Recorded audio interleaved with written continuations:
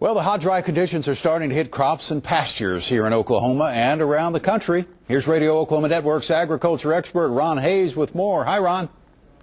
Well, good morning, Stan, and most certainly as we think about these hot, dry conditions, not that terribly unusual for the state of Oklahoma. It is summertime after all, but of course we had very heavy rains back very late June, the first part of July, that really has helped us quite a bit. As far as our soil moisture conditions were concerned, they're starting to be depleted fairly quickly with these continuing hot, dry days. The pasture conditions in the state are in much better shape than they were 1 year ago. We were mostly in just fair shape a year ago, generally in good to excellent shape this year in the state of Oklahoma.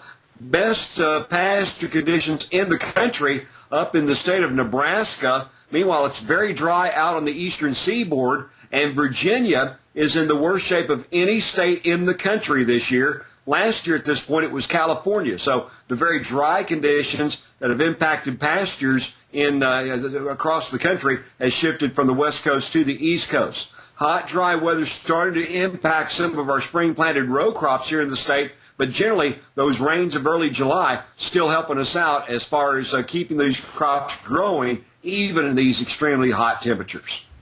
All right, thank you, Ron. You can hear Ron's Oklahoma Farm Reports on the Radio Oklahoma Network all across the state, including the Cushing areas, KUSH AM.